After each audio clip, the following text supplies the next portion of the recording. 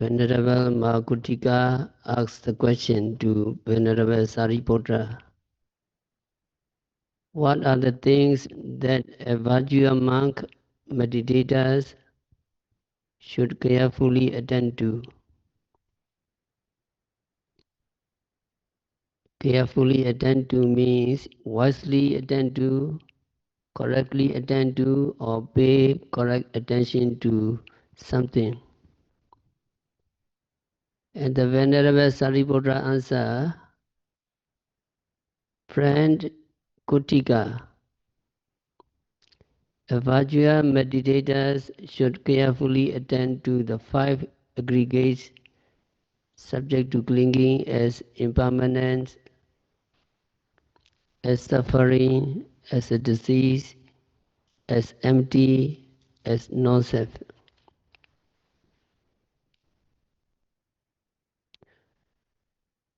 So the 5 aggregates subject to clinging, upadana khanda, we should understand the correct meaning of these phrases. There are 2 things to be examined here, the aggregates and clinging. The aggregates that are subject to clinging, meaning aggregates that are object of clinging, or aggregates that can become objects of clinging. Clinging means firmly holding on to something. When we cling to something, we take hold of it and do not let it go. Buddha teaches that clinging is of 2 kinds. Clinging is a mental state, and with that mental state, we cling to objects. When something is beautiful, we desire it and have a strong craving to possess it. In this case, we cling to the object by strong craving. In other words, things can be objects of strong desire, strong craving, or clinging. Wrong view can also cause clinging to objects. Sometimes we have wrong views about objects. We think that they are permanent. We think that they possess a self or soul. Or we may have wrong view about ourselves. We may think we have a self or soul.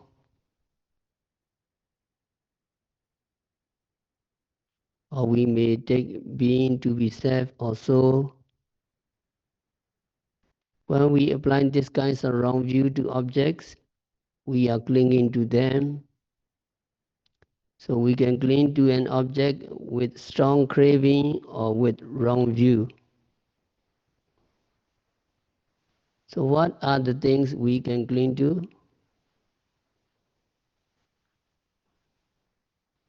They are the things we see, we hear, we smell, we taste, we touch, and we think of. So we can cling to everything in the world, either by wrong view or by strong craving.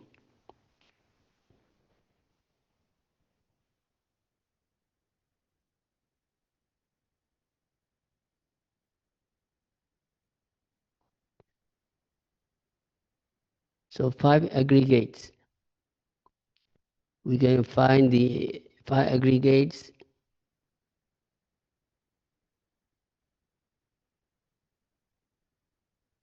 Meta aggregates, feeling aggregates, perception aggregates, mental formation, and consciousness aggregates. They can be found in every experience. These 5 aggregates can be clung to by way of strong craving or by way of wrong view.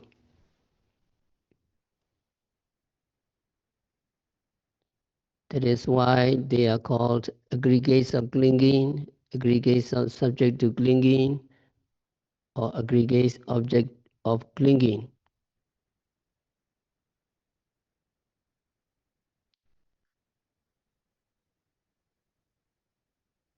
It's these aggregates of clinging that we have to watch and we have to be mindful of in order to get free from suffering.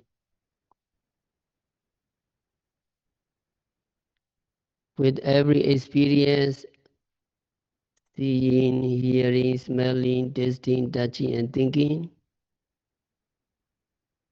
they are always the five aggregates. If we do not watch them, if we do not apply mindfulness to them, we will always cling to them, either by strong craving or by wrong view.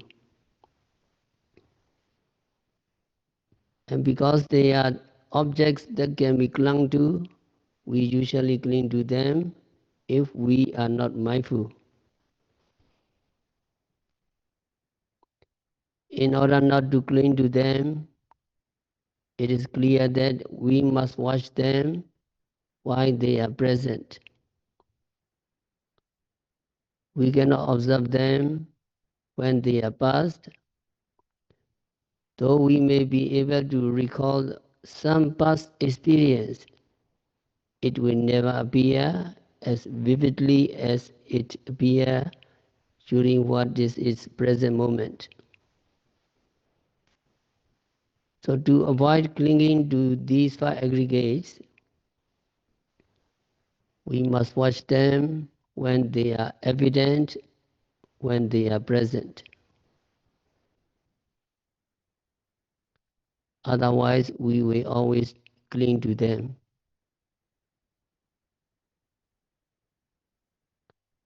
When there is clinging, it does not stop there just with our clinging.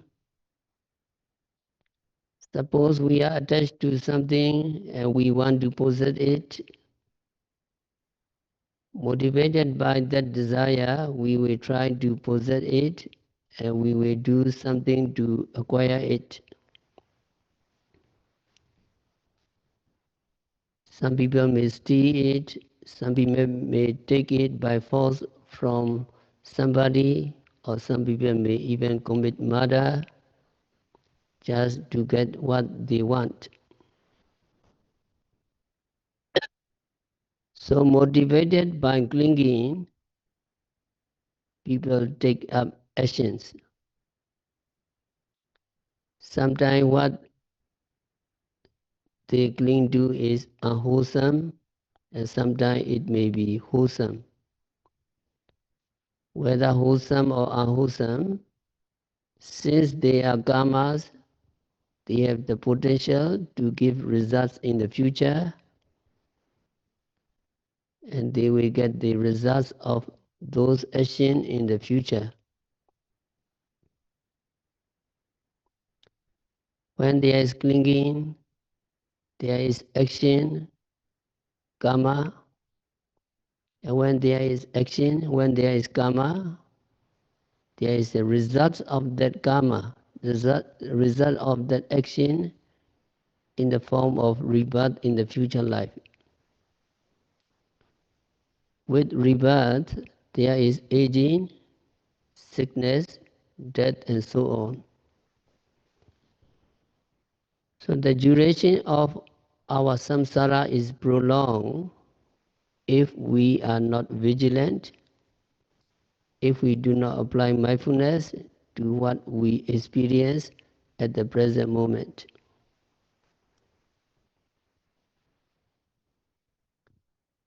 And when seeing objects, see them just as objects that arise and disappear.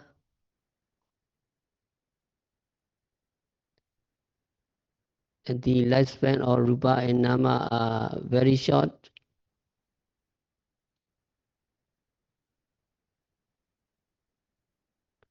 At the moment of seeing, you try to note, you try to be mindful of the seeing. And if your concentration getting strengthened, you can capture the Namarupa or aggregates at the moment of seeing. The eye sensitivity, retina, and the visible object of sight are rupa, rupa upadana. When your concentration getting very strengthened, and you can separate these namarupa. Eye sensitivity is one, a visible object is one. They are separated. And sometimes you may capture the Vedana, feeling pleasant or feeling unpleasant. That is Vedana Upadana Khandha.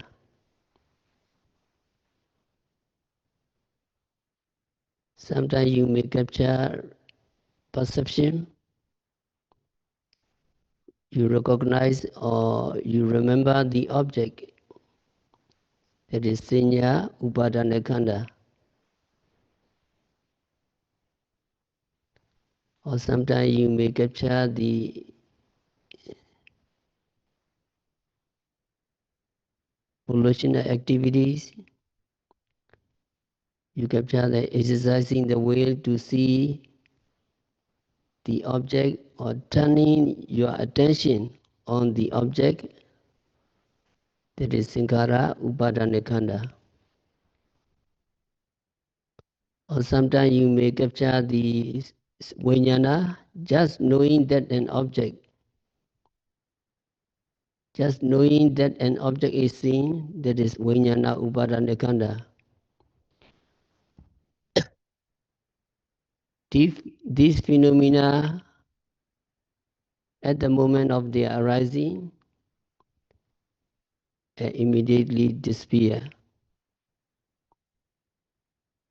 So meditator have strong concentration to see the kinds of true nature, their impermanent nature, suffering nature, and non-self nature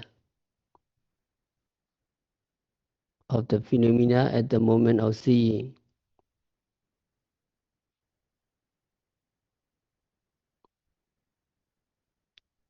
Can you follow me? 5 Upadana Khandha at the moment of seeing. At the moment of seeing, eye sensitivity and object of sight are rupa, Upadana Khandha. At the moment of seeing, eye sensitivity and the object of sight are rupa, Upadana Khandha. Then Vedana. At the moment of seeing,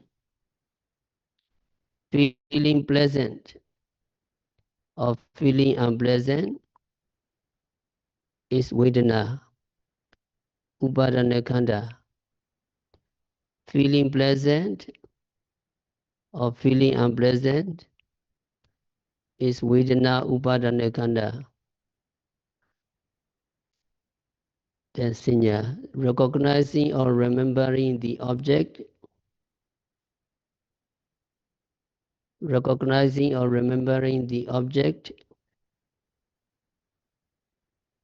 is Senya Upadana Khandha. And then Sankara, that is you exercise the will to see the object or you turn the attention on the object, that is Sankara. Exercising the will to see, exercising the way to see and turning the attention on the object is Sankara Upadana Khandha. Just knowing that an object is seen, just knowing that an object is seen is Vijnana Upadana Khanda. So if the concentration is not very strong, you cannot see these phenomena clearly. But if your concentration is really strong, you can capture one of the phenomena clearly, and they arise and disappear very immediately. And you can see the nature, impermanence, and their suffering nature and their non-self nature. So you will not cling to this phenomena, Namarupa process. So the lifespan of Rupa and Nama in the Abhidhamma, lifespan of Rupa and Nama, Upada Titi Binga with Sena, Kanataya Eka Sitakana Nama.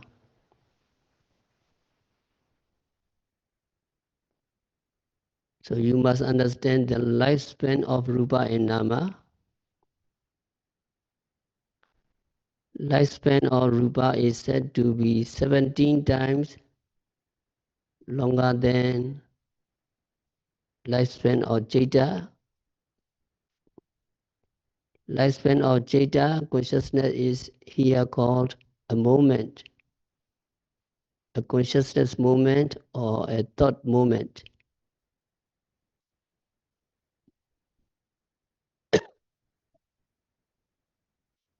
That thought moment is said to be very brief, very, very brief.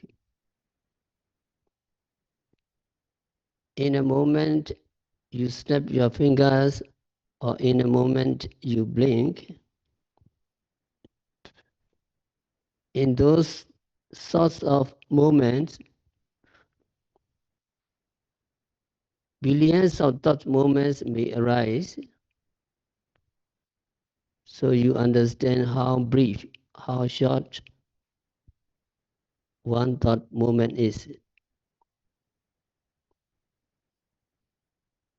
As though it were not enough, each thought moment consists of 3 sub-moments. These 3 sub-moments are called,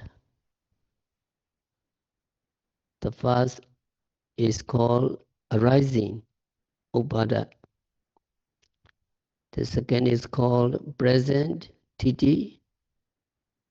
And the third is called death or disease, binga. Upada, titi, binga. Arising, present, and death. So there are these 3 sub-moments, arising, present, and disappearing, or dissolution or death. What we call existence is just these 3 sub-moments, arising, present, and dissolution.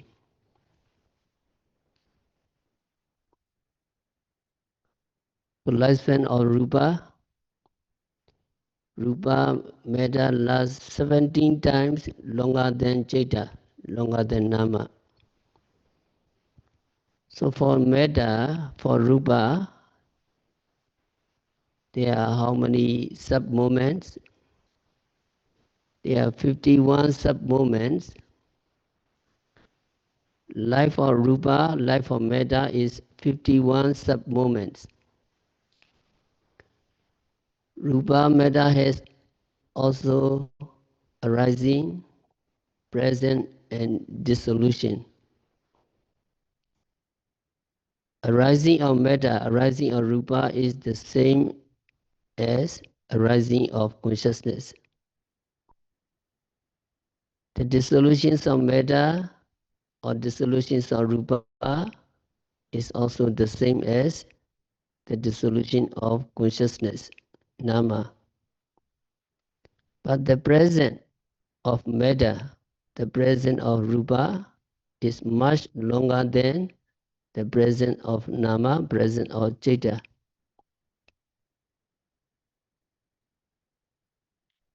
So how many sub-moments for the present of Metta? are there. There are 49 sub-moments for rupa or for metta. Arising is the same as arising moments of citta, and dissolutions of metta, dissolutions of rupa is the same as dissolutions of citta, nama. But the present titi of rupa is equal to 49 sub-moments, because rupa lasts for 17 thoughts moments. The first point is arising, and the last point is dissolution. In between there are 49 sub-moments. These 49 sub-moments are said to be the present phase of metta. So there are 3 sub-moments for every moment of consciousness.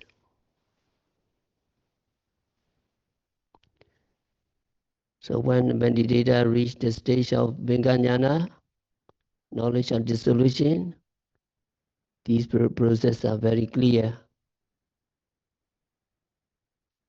So at the moment of seeing, some meditators, they really see these phenomena, Namarupa, arise and disappear very immediately, and they cannot see very clearly because of the disappearing rate very fast. And hearing many yogis report, at the moment of hearing, they note as hearing, and they can capture the sound wave, eardrums. At the moment of hearing, the eardrums and the sound wave are rupa, upadana khanda. And some can capture the feeling. Sometimes hearing is pleasant, sometimes hearing is unpleasant. The pleasant feeling of hearing or the unpleasant feeling of hearing is vedana, upadana khanda. Some capture the recognizing or remembering the sound wave, that is senya upadana khanda. To will to hear the sound wave and turning the attention towards the sound is sankhara upadana khanda. And some capture just knowing that a sound has been heard, that is vijnana upadana khanda. Many yogis capture the sound wave disappearing very fast.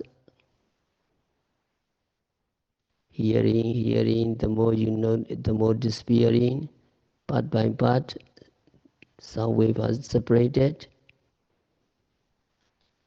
At the moment, at the stage of Vinganyana, very clear.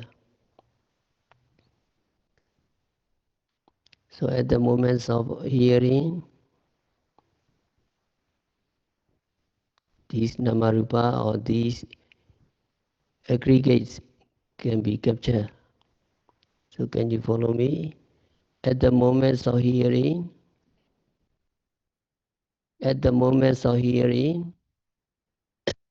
the eardrum and the sound wave are rupa, upadana khanda. At the moments of hearing, the eardrums and sound wave are rupa, upadana khanda. The pleasant or unpleasant feeling of hearing, the pleasant or unpleasant feelings of hearing is vedana, upadana khanda. Recognizing or remembering the sound is senya upadana khanda. To will to hear the sound and turning the attention towards the sound is Sankara, Upadana Khandha. Just knowing that a sound has been heard is Vijnana Upadana Khandha. So hearing, you notice, and the sound wave or hearing consciousness disappear, and then you really understand the impermanent nature. They are not lasting forever. As soon as they arise and they disappear, and then you understand the suffering nature and non-self nature of this process, and then there is no clinging to these phenomena. At the moment of smelling, also you know smelling. At the moment of tasting, you know the tasting. At the moment of touching, you know as touching. So when you practice sitting, walking, standing, stretching, bending, touching moments are touching moments you can experience a lot. So at the moment of touching, the sensation surface and the impact of the touch are rupa.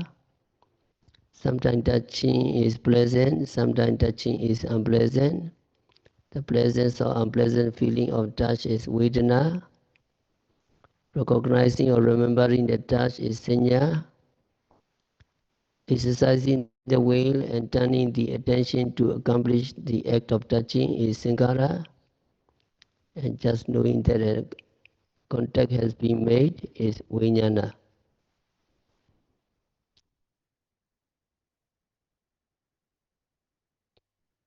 And also at the moments of thinking, you know thinking, planning, imagining, etc.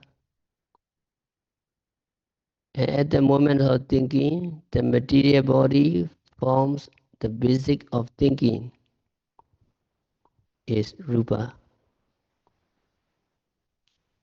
There is no basic, there will be no thinking. So material bodies form the basic of your thinking. Sometimes thinking is pleasant, sometimes thinking is unpleasant. The pleasant or unpleasant feeling of thinking is vedana. And recognizing or remembering the object of thought is sanya. A mental urging or inclination to accomplish the acts of thinking, saying or doing is sankhara. So just being conscious of thinking is vijnana. So every seeing, hearing, smelling, tasting, touching, and knowing, you can capture the 5 aggregates of clinging. And when you see these objects, you see them just as objects that arise and disappear. And you understand that they, these phenomena, these aggregates are impermanent. These phenomena, these namarupa, these aggregates are suffering, and they have no self or soul. Then you will not cling to them. When there is no clinging, there can be no action, no karma. When there is no action, no karma, there will be no reaction as a result. That is why it is important to apply mindfulness to whatever experience we are having at the present moment.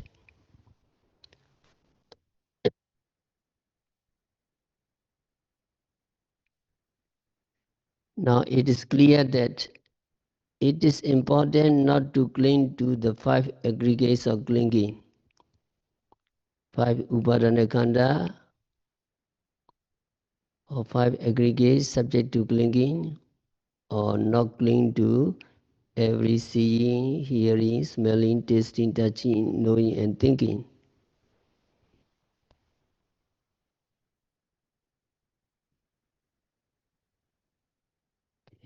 In order to avoid clinging to them, we must watch them, we must make notes of them, and we must be mindful of them when they are present.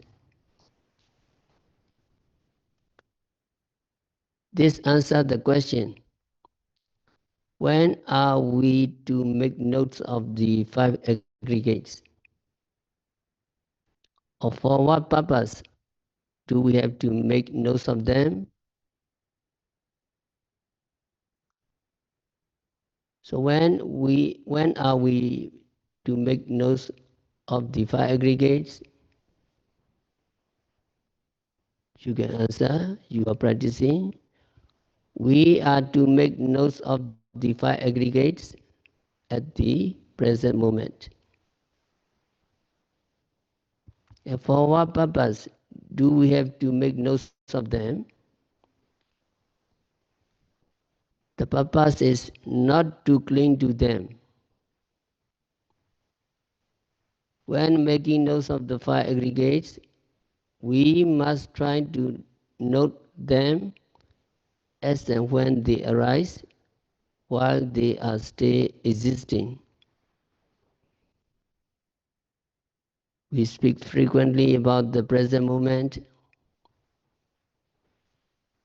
Actually, the present should be understood as a present duration, not an exact present moment. This is because when we are mindful of objects, most of the things we observe are no longer present. In less time, perhaps, than the blink of an eye, these objects have already become the past. For example, when we are mindful of anger, when we are making notes of anger, the anger is no longer there. Anger has disappeared. Because when you are mindful, mindfulness takes over, and when mindfulness comes in,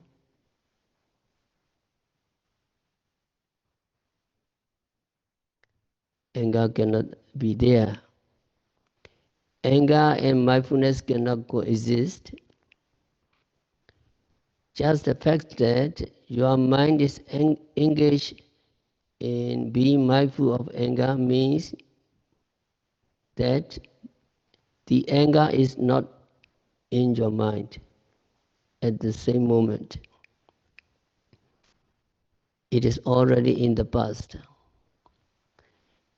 But because it is so brief a moment of the past, we call it present when saying be mindful of the present moment. However, while you are being mindful of your breath, or when you are mindful of the movements of the abdomen rising and falling, there are times when you can actually see the exact present moment. This can happen when you are noting the rising and falling of the abdomen. If the noting and the movement coincide exactly. But this cannot happen when you are being mindful of your thoughts, because by the time you are mindful of your thoughts, they are already in the past. But in the context of Vipassana, we regard them as being present when we say be mindful of the present or be in the present moment. When practicing Vipassana meditation,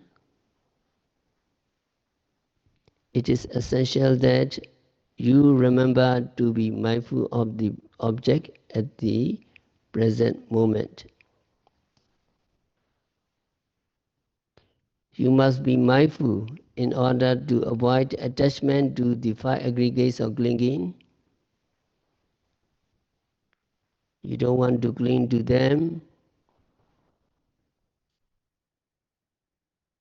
because clinging leads to action, leads to karma bhava, and action leads to reaction, which is suffering, and you want to escape from suffering as soon as possible. In order to avoid suffering, we have to watch the present moment.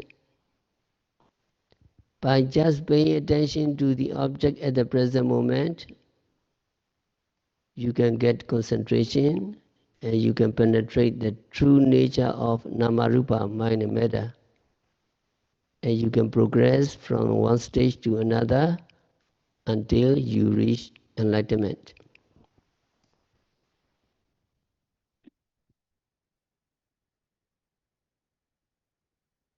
So during the practice, it is really important to capture the true phenomena, the characteristic, function and manifestation of the phenomena we need to understand. The three characteristics of the phenomena: nature, dukkha, anatta. Nature, impermanence, we mean everything in the world is impermanent.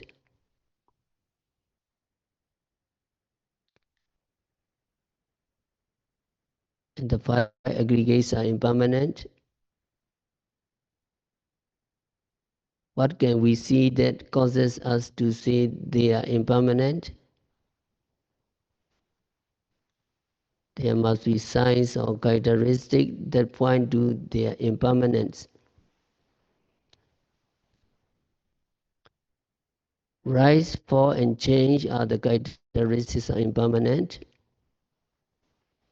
First there is arising, then there is what is called change or becoming different and aging, then there is falling, disappearing. And then dukkha, suffering.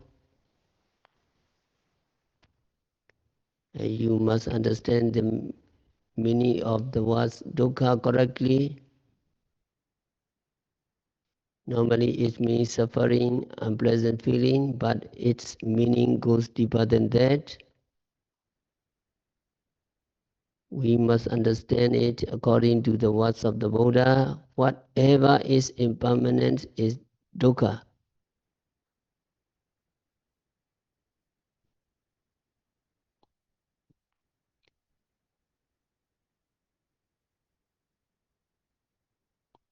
So if we want to know whether or not something is dukkha, we try to see whether it's rise and fall. If it does, it has to be oppressed by the rising and falling. And that oppression is what dukkha means. So all five aggregates, including the five aggregates of clinging, are called dukkha because they are constantly oppressed by rise and fall. You look at everything in the world and you will see that everything is oppressed by rise and fall. And that rise and fall are also constantly oppressed by rise and fall. Can we find a single moment when there is no rise and fall? Can we find a single moment when the process of rise and fall stops? From the moment we take conception in our mother womb, this rise and fall begins to oppress us, and it goes on throughout our life. There is not a single moment when we are free from rise and fall. So there is always rise and fall, rise and fall, rise and fall.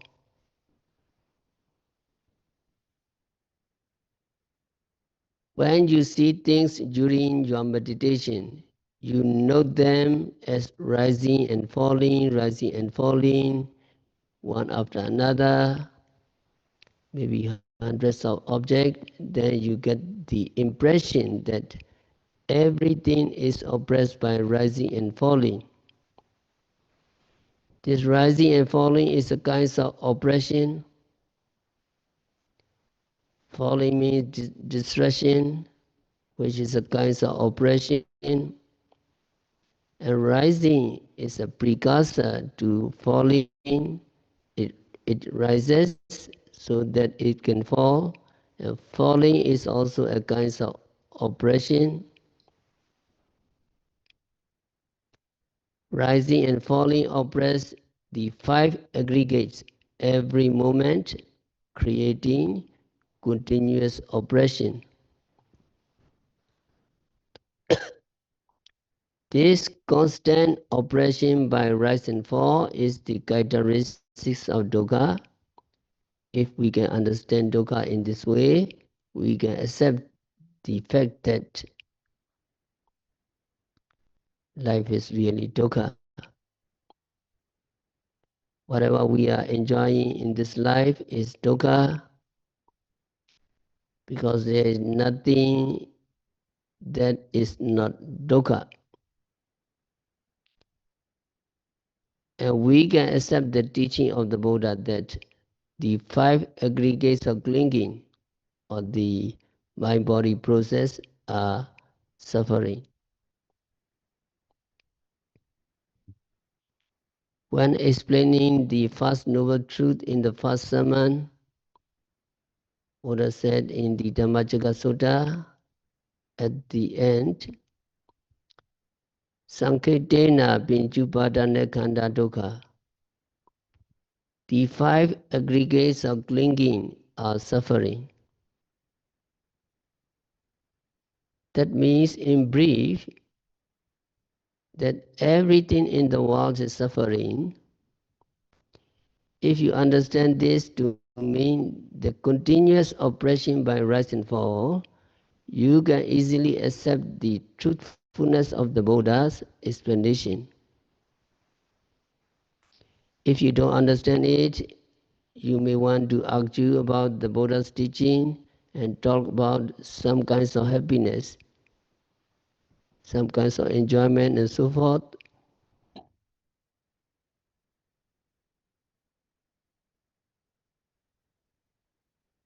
But this we want you to understand and to hold firmly in mind. The meaning of dukkha is constant oppression by rise and fall.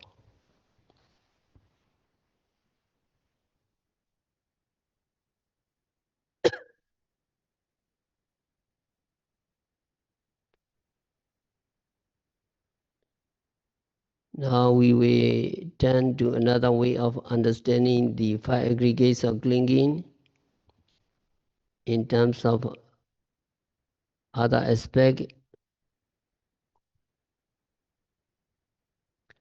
A meditator who is virtuous should attend to the five aggregates of clinging as impermanent. This means that you must practice meditation so that you see the five aggregates of clinging of mind and body as impermanent. Then you must see them as suffering. You must see the five aggregates of mind and matter as a disease. So meditator is virtuous You must see the aggregates of clinging as a chronic disease. A person who has a chronic disease such as diabetes, asthma, or high blood pressure is not free. He or she cannot eat what he or she likes, but must take medicine and avoid eating food that would aggravate his or her condition. So he or she must always be careful. The disease may increase and at times decrease, but he or she is never in control. No matter how careful he or she is, the disease is still there. However much attention and care is given to a chronic disease, it is never cured. In the same way, however much we find fault with the five aggregates, we still have them. We need to attend to them. Early morning, we wake up and we have to clean our body, and many things we have to attend to the body the whole day, going to the restroom, drinking water, and taking breakfast and lunch and other drinks. And we must avoid food that is unsuitable for our body. And we must avoid living in an unsuitable climate for the body. And we need to take care of a host of other things just because of the five aggregates, mind and matter. So these aggregates, our mind and body, can be viewed as a chronic disease. And meditators are virtuous. You must also see the five aggregates of clinging as a tumor or the soul. When the person has a tumor or soul that oozes blood and pus and causes a lot of pain, he or she must care for it with medication. Our five aggregates are like a tumor. Many repulsive things ooze out, such as greed, lobha, hatred, dosa, delusion, moha, pride, mana, envy, jealousy, worry, anxiety, and they are always oozing out. When we see something beautiful, greed or attachment ooze out from our eyes. And if we see something we don't like, anger oozes out of our eyes. Because these things are always oozing out of the five aggregates. The five aggregates of mind and matter are like tumors or so.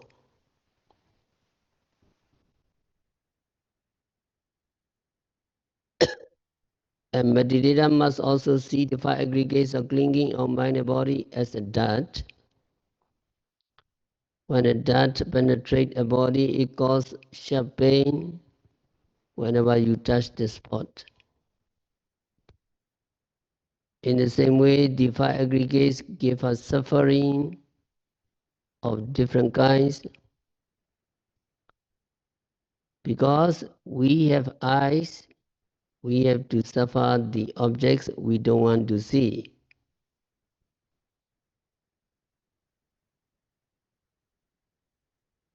Because we have ears, we have to suffer the sound we don't want to hear.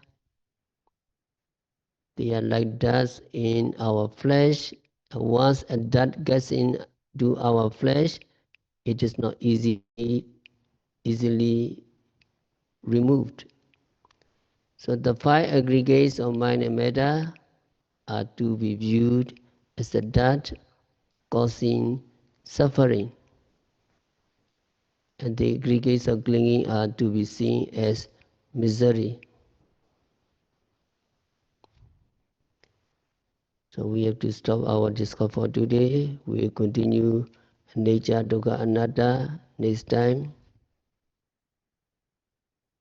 by practicing Vipassana meditation, by observing every phenomena occurring at the six senses continuously and meticulously.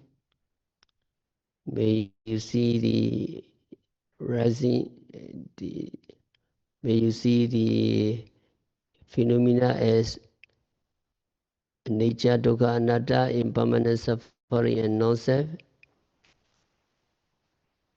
By noting, rising, falling, sitting, touching, standing continuously and meticulously, may all yogis be liberated from all suffering. May all meditators realize the real peace in the very near future.